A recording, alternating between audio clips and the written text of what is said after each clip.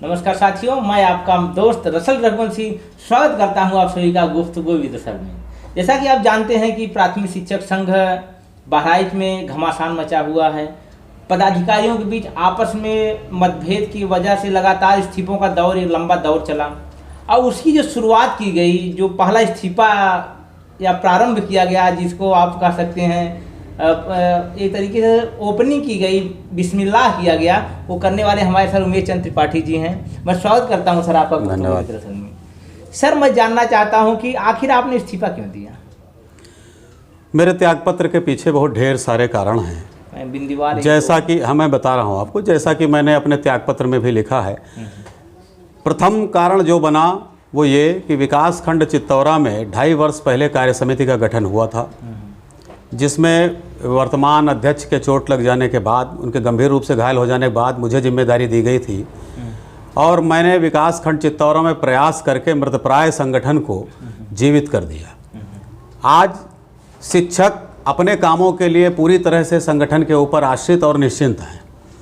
2.5 सालों के बाद जनपद के जो जिला अध्यक्ष हैं श्री आनंद कुमार पाठक जी और जिला मंत्री श्री विजय कुमार उपाध्याय जी, उन्होंने प्रांत द्वारा एक कार्य समिति की सूची मांगी गई थी।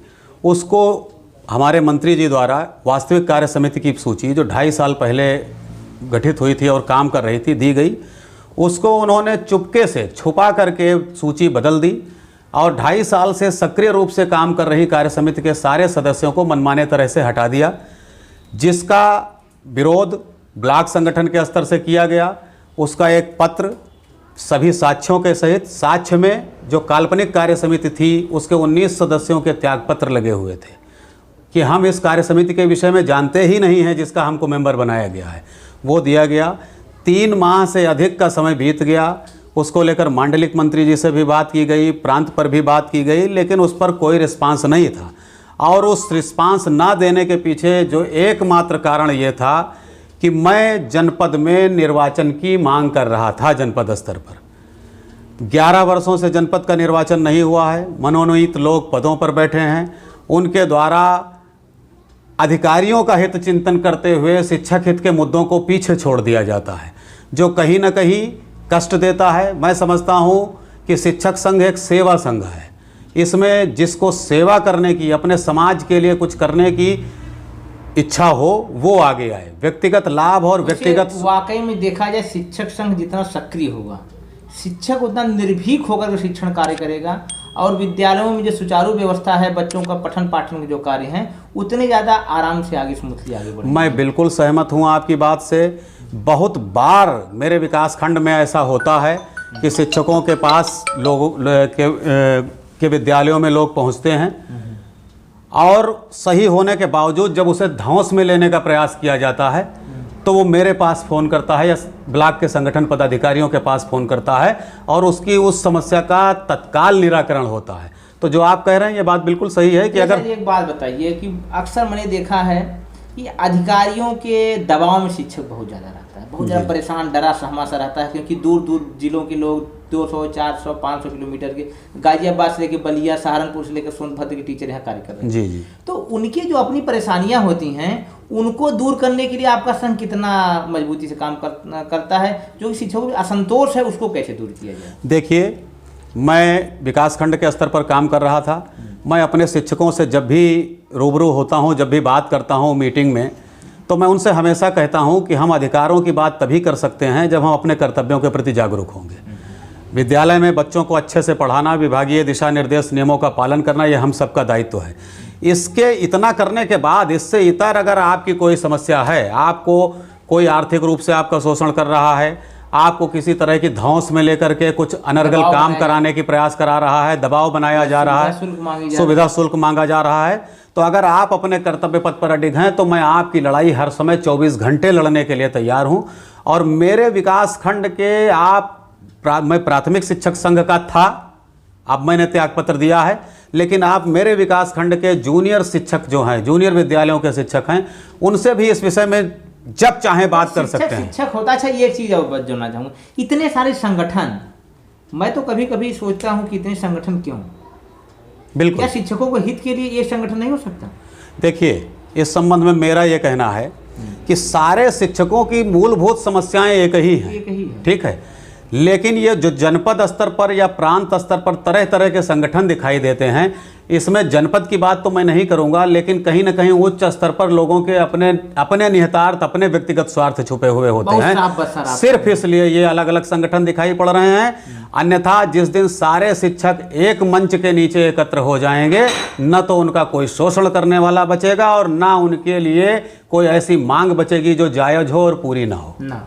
अच्छा सर, ये चीज़ अब आपने तो शिक्षक हित की बात की, अब मैं ये एक और सवाल इसमें ऐड करूंगा। आखिर जब शिक्षक हित का आप तब साध पाएंगे जब संगठन संगठित होकर काम करेगा। बिल्कुल बिल्कुल। संगठन में जिस प्रकार से खराबियां आ रही, जिस तरह पानी ठहर गया है और ठहरा हुआ पानी सड़ता है, पूरी दुनिया जानती है, तो इसमें जो सड़न पैदा हो गई है, उसकी जो गंध से सारा शिक्षक परेशान है, उसको कैसे दूर किया जा सकता है, जिसका कहीं न कहीं चपेट में आपको भी आकर इस्तीफा देना पड़ा? देखिए, मैं पलायनवादी नहीं हूँ, मैं पलायनवादी नहीं हूँ। मैं अपने साथियों के, मैंने शिक्षक प्राथमिक शिक्षक संघ से इस्तीफा दिया है, आपके या अपने शिक्षक साथियों के साथ से और सेवा से, उससे इस्तीफा कदापि नहीं दिया है। और मैं कीचड़ में उतर करके इस तालाब को स्वच्छ करने के लिए कटिबद्ध होकर मैंने ये इस्तीफा दिया है। और मैं आपको अपनी पूरी ईमानदार और ऊर्जावान की टीम के साथ मैं आपको ये जनपद बहराइच में करके दिखा दूंगा, ये आपसे वादा है मेरा।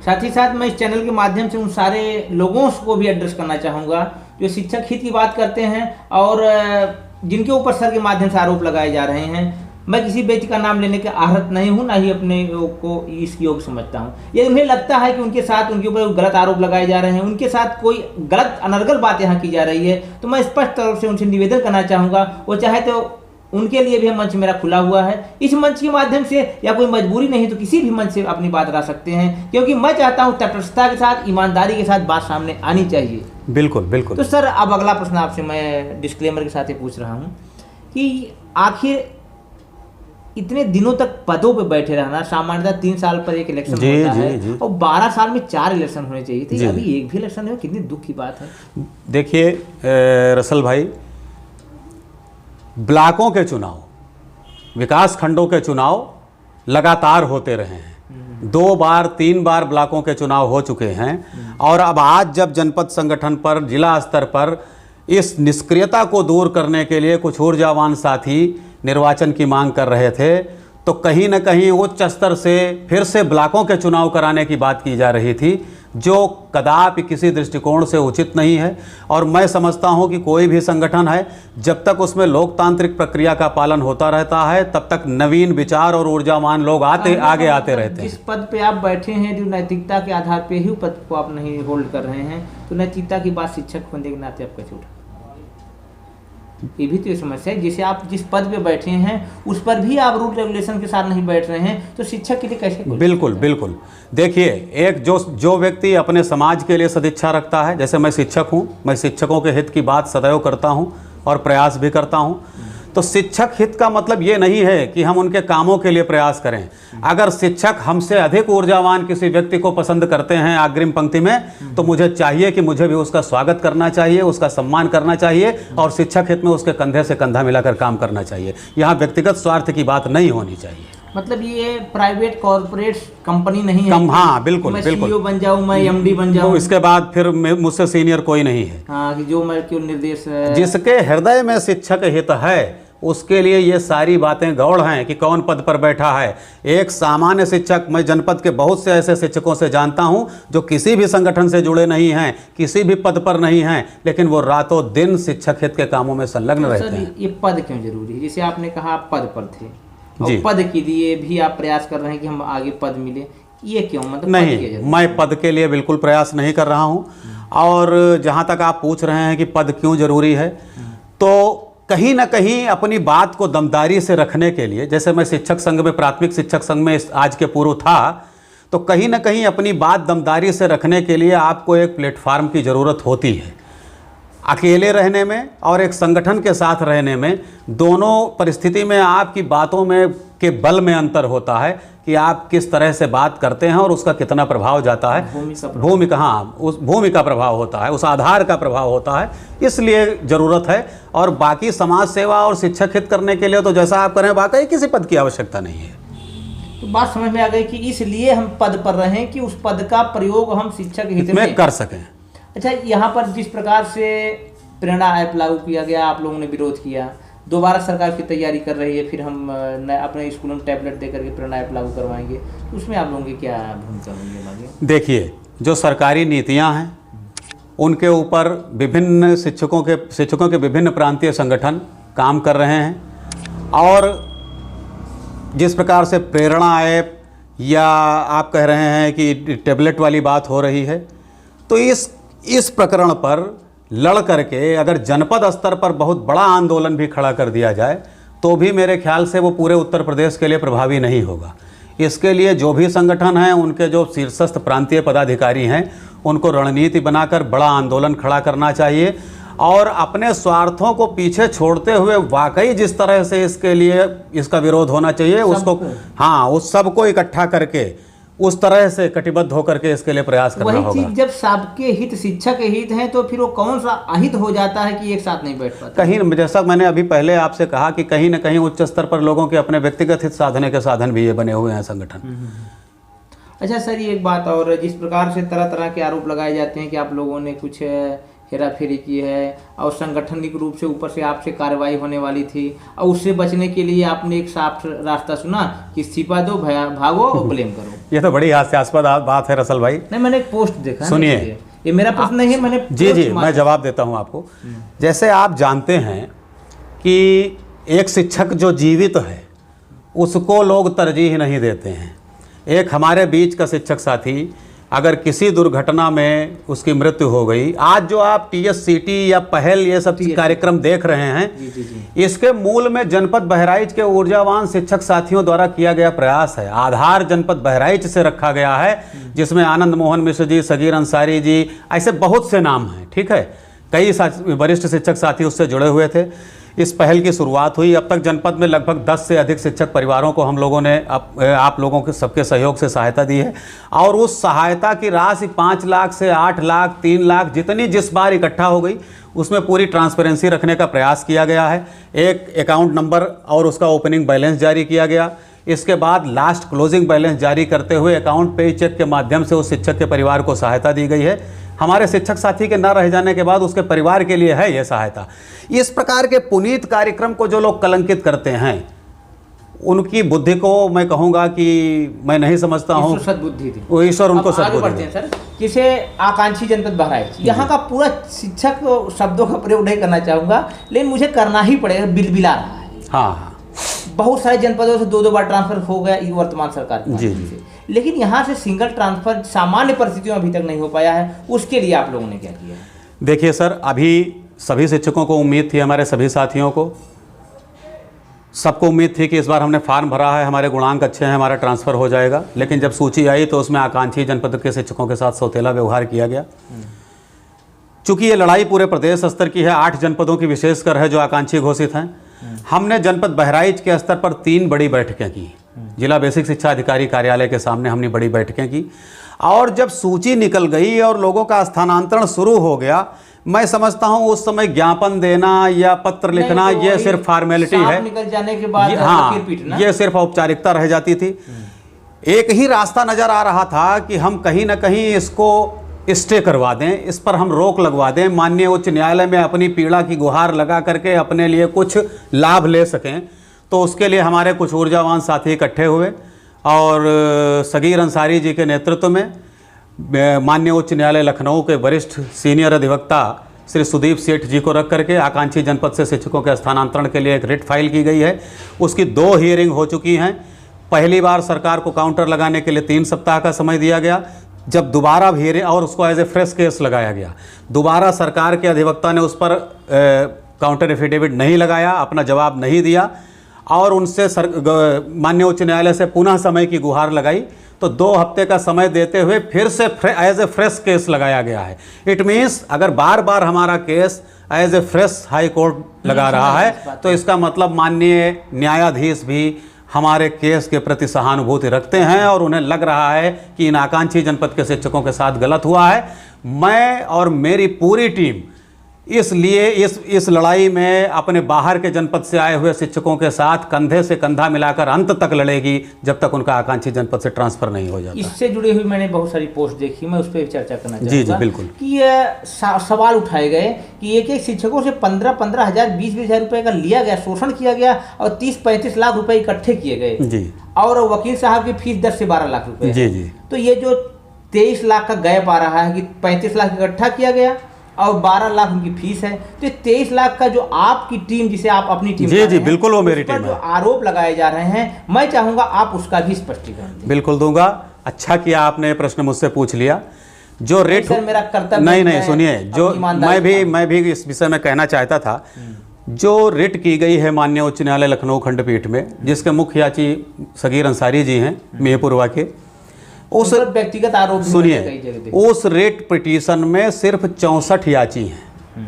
ठीक, 64 याचियों से अगर 15,000 रुपये उन लोगों ने स्वेच्छा से दिए, जैसे बैठकों में तो 500 की भीड़ थी, 400 की भीड़ थी, लेकिन जिस साथी को ये लगा कि हमको माननीय उच्च न्यायालय में जो रिट पढ़ने जा रही है उसमें याची बनना चाहिए, उसने अपनी स्वेच्छा से उसमें सहयोग दिया और वो 64 लोग सभी उस रिट में याची हैं। मुख्य याची सगीर अंसारी जी हैं और जो भी पैसा उन लोगों ने जमा किया है उन सारे 64 लोगों को उसके आना पाई का हिसाब पूरा प्रस्तुत कर दिया गया है। सभी साथी संतुष्ट हैं और बाकी किसी की छवि गिराने के लिए, किसी पर आरोप लगाने के लिए, आप भी जानते हैं अपने स्वार्थ बस किसी आधार की ज़रूरत नहीं होती है। लोग तो प्राइम मिनिस्टर और मुख्यमंत्री जी और राष्ट्रपति जी और भगवान को भी कुछ कह देते हैं। ये सब तो आजकल जी जी आज है कल नहीं है। तो ये सवाल 64 क्या क्यों 64 लोगों ने ही चंदा दिया है? हाँ, सिर्फ 64 लोगों। 64 का ही मोटी मोटा पकड़ा जाए तो 64 लोग मतलब 15,000 मोटी मोटा पकड़ा जाए तभी आपका लगभग 10 लाख के आसपास आ रहा है। तो अधिवक्ता की फीस तो नहीं, बात आप बिल्कुल नहीं। तो ये 35 लाख की बात कहाँ से की जाए? ये 35 लाख का आरोप निहायत ही झूठा और भोथरा है और सिर्फ अपने स्वार्थ बस जिला निर्वाचन को देखकर कुछ व्यक्तियों द्वारा लगाया गया आरोप है।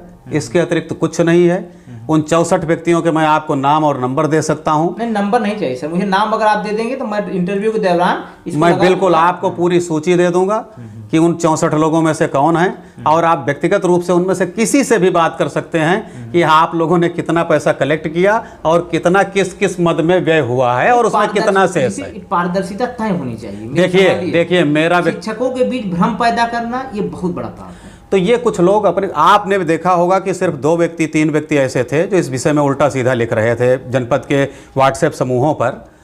उनको मैं व्यक्तिगत रूप से मैं किसी का नाम नहीं लेना चाहता हूँ। 64 लोगों ने जिस प्रकार से पैसा दिया, और ऐसा भी नहीं है कि उसमें जो 3-4 बार लखनऊ आना जाना हुआ उसमें कोई एक व्यक्ति विशेष गया हो। उन 64 लोगों ने जिन लोगों को बदल बदल के तय किया कि इस बार ये लोग जाएंगे, इस बार ये लोग जाएंगे पैरवी के लिए, इस बार ये लोग जाएंगे, वही लोग गए हैं। वे सारे लोग संतुष्ट हैं और ये सिर्फ और सिर्फ, अच्छा रही पारदर्शिता की बात, तो चाहे वो मृतक शिक्षक साथियों के परिवार की सहायता का कार्यक्रम रहा हो, चाहे ये रिट पिटीशन की बात हो, मैं इस बात का सदैव ध्यान रखता हूँ कि हम 100 अच्छे काम करेंगे उसको लोग चर्चा नहीं करेंगे, लेकिन अगर एक गलत काम हो जाएगा तो उसकी चर्चा बहुत दूर तक और बहुत लंबे समय तक होगी। ये गलत काम होना भी नहीं चाहिए, वही मैं कह रहा हूँ। मैंने आज तक, और किसी की बात तो मैं नहीं करता हूँ, लेकिन व्यक्तिगत रूप से मैंने आज तक मृतक परिवार के शिक्षकों के सहायता के लिए जो भी पैसा अपने ब्लॉक के शिक्षकों से एकत्र हुआ है, किया है, उन सब की सूची सार्वजनिक रूप से प्रकाशित की है और विकास खंड चित्तौरा से किस प्रकरण में कितनी सहायता आई उसका सारा रिकॉर्ड मेरे पास मौजूद है और मेरे विकास खंड के सारे शिक्षक मुझसे संतुष्ट हैं। अगर आपको कोई आपत्ति ना हो जी जी तो मैं आपको मोबाइल नंबर फ्लैश कर सकता हूं, जिससे कोई सी समस्या हो तो आपसे फोन करके बिल्कुल फ्लैश कर सकते हैं। सारे डॉक्यूमेंट्स जो होते हैं वो किसी भी चैनल के माध्यम से या किसी इंटरव्यू के माध्यम से रन करवाना संभव है। बिल्कुल फ्लैश कर सकते हैं। मैं चाहूंगा कि सर का नंबर स्क्रीन पर मैं इस समय दिखा रहा हूं, आप इस पे कॉल करके सर से अगर कोई समस्या हो तो बात कर सकते हैं। मेरा उद्देश्य था कि अधिक से अधिक शिक्षकों के बीच पारदर्शिता पैदा हो और शिक्षक हित प्रभावी ना हो, शिक्षक एकजुटता प्रभावी ना हो, संगठन, वही बात जो एक बार अटल बिहारी वाजपेयी ने कहा था कि सरकारें आएंगी सरकारें जाएंगी लेकिन यह देश रहना चाहिए, वही बात यहाँ भी लागू होती है। पद आएंगे जाएंगे, मंत्री कोई और बनेगा, अध्यक्ष कोई और बनेगा, शिक्षक हित नहीं प्रभावित होना। बिल्कुल और शिक्षक हित का मतलब देश का हित। बिल्कुल बिल्कुल बिल्कुल। तो सर अब अंत में मैं चाहूँगा कि इस वीडियो के अंत में आप अपने बारे में या फिर भविष्य की रणनीति के बारे में कोई संदेश देना चाहें, ये ऐच्छिक है आपके साथ, तो आप दे सकते हैं। देखिए, मैंने और मेरे साथ जनपद के बहुत से ऊर्जावान साथियों ने प्राथमिक जनपद स्तर पर प्राथमिक शिक्षक संघ की अकर्मण्यता, शिक्षक हितों की अनदेखी, संगठन पर एकाधिकार और शिक्षक सहायता जैसे पुनीत कार्यक्रम को लेकर के तमाम ऊर्जावान साथियों को अपमानित किए जाने के विरोध में क्षुब्ध होकर त्यागपत्र दिया है। मैं या मेरी पूरी टीम के किसी भी मेंबर ने पलायन नहीं किया है। हम नई ऊर्जा, नए जोश के साथ शिक्षकों के बीच में जाएंगे और मेरी पूरी टीम का यह प्रयास है कि हम जनपद स्तर के मठाधीशों को ये बता दें कि वास्तव में शिक्षक संगठन का काम शिक्षक हित में क्या होता है, और इसके लिए हम पूरा प्रयास करेंगे। और मुझे विश्वास है कि आप जैसे तमाम शिक्षक साथी इस महत्वपूर्ण अभियान में हम सबके सहयोगी रहेंगे, और अगर सबका सहयोग रहा तो जनपद में शिक्षकों का हित, उनका हित चिंतन एक नवीन कलेवर के साथ आपको दिखाई पड़ेगा। इसी आशा विश्वास के साथ मैंने ये कदम उठाया है। सर बहुत बहुत धन्यवाद, आप धन्यवाद मिलने के लिए, आपने समय दिया, हमारे गुफ्तगू में आप आए, इसके लिए कोट कोट धन्यवाद। एक बार फिर मैं मुखातिब होना चाहूँगा अपने दर्शकों से, यदि कोई और व्यक्ति ओपनली मैं कह रहा हूँ आना चाहता है, इस मंच के माध्यम से अपनी बात रखना चाहता है और उसकी बात में सत्यता है और उसके अंदर आत्मविश्वास है, तो मैं स्वागत करूंगा, आप मंच पर आइए, अपनी बात रखिए। ये एक मेरे चैनल की पब्लिसिटी का मामला ही नहीं है, यह पूरे शिक्षक हित के हित का मामला है और पारदर्शिता का मामला है, इसलिए आप जुड़िए। स्वागत है आप सभी का। इन्हीं बातों के साथ मैं आपका दोस्त रसल रघुवंशी इस गुजारिश के साथ, यदि मेरे प्रयास आपको अच्छे लगते हैं तो इस चैनल को सब्सक्राइब करिए, लाइक करिए और अधिक से अधिक सर की बात और इस संगठन की बात पहुँचाने में हम लोगों का सहयोग करिए। नमस्कार, धन्यवाद सर, आपको भी बहुत बहुत धन्यवाद।